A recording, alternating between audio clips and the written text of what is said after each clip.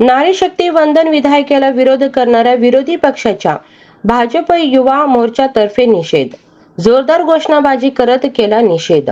सोलापूर पंतप्रधान नरेंद्र मोदी यांच्या नेतृत्वाखालील भाजपा सरकारने आणलेल्या नारी शक्ती वंदन विधायकाला विरोध करणारी विरोधी पक्षाच्या भारतीय जनता युवा मोर्चाने बुधवारी निषेध केला. 4 हुतात्मा पुतळा चौकात जोरदार घोषणाबाजी करून भाजपच्या कार्यकर्त्यांनी वातावरण धनानून सोडले. महिलांचा अपमान करणाऱ्या काँग्रेसचा धिक्कार असो, नारी शक्ती वंदन विधायकाला विरोध करणाऱ्या विरोधी पक्षाचा धिक्कार असो, फूल नहीं चिंगारी है, हे भारत की नारी है, भारत माता की जय, वंदे मातरम अशा घोषणा यावेळी देण्यात आल्या. भारतीय जनता युवा मोर्चाचे शहराध्यक्ष विजय कुलते म्हणाले, मुख्यतः काँग्रेस आणि सर्वच विरोधी पक्षांची भूमिका आजवर महिला विरोधी राहिली आहे. काँग्रेस आणि विरोधी पक्ष महिला सक्षमीकरणाचा गप्पा मारतात, परंतु महिलांसाठी योगदान देण्याची वेळ आली की महिला विरोधी भूमिका घेतात.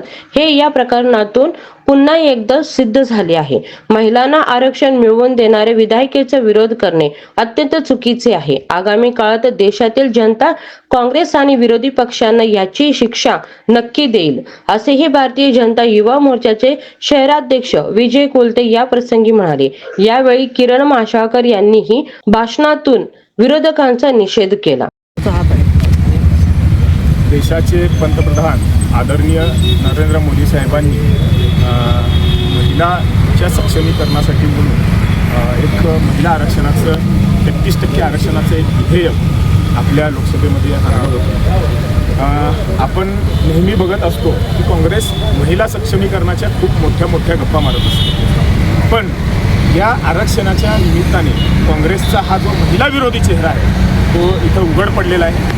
मला काँग्रेसच्या सर्व नेत्यांना एकच गोष्ट सांगायची आहे की तुम्ही कितीही महिला सक्षमीकरणाच्या मोठमोठ्या गप्पा मारल्या, कितीही मोठमोठी भाषणं केली, तर तुमच्या मनात जे काही आहे या विधेयकाच्या, या आरक्षण विधेयकाच्या निमित्ताने तुमचा जो चेहरा आहे तो उघडा पडलेला आहे. आणि देशाचे पंतप्रधान आदरणीय नरेंद्र मोदी साहेबांनी महिला सक्षमीकरणाचा खरा जो हा आरक्षणाचा विधेयक आणला होता, महिलांना सक्षम करण्यासाठी, महिलांना प्रतिनिधित्व देण्यासाठी हे जे विधेयक आणलं होतं त्याला विरोध करून काँग्रेसने त्यांची नीच मानसिकता ही दाखवलेली आहे. आणि विशेष दुर्दैवाची गोष्ट आहे की आमच्या सोलापूरच्या लोकप्रतिनिधी, आमच्या खासदार यांनी देखील त्या विरोधात मतदान केले.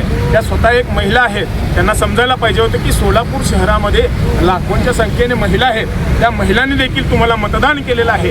त्यांचा कुठंतरी विश्वासघात करण्याचं काम या काँग्रेस पक्षाने आणि या प्रणिती शिंदेनी केलेलं असं मला वाटतं.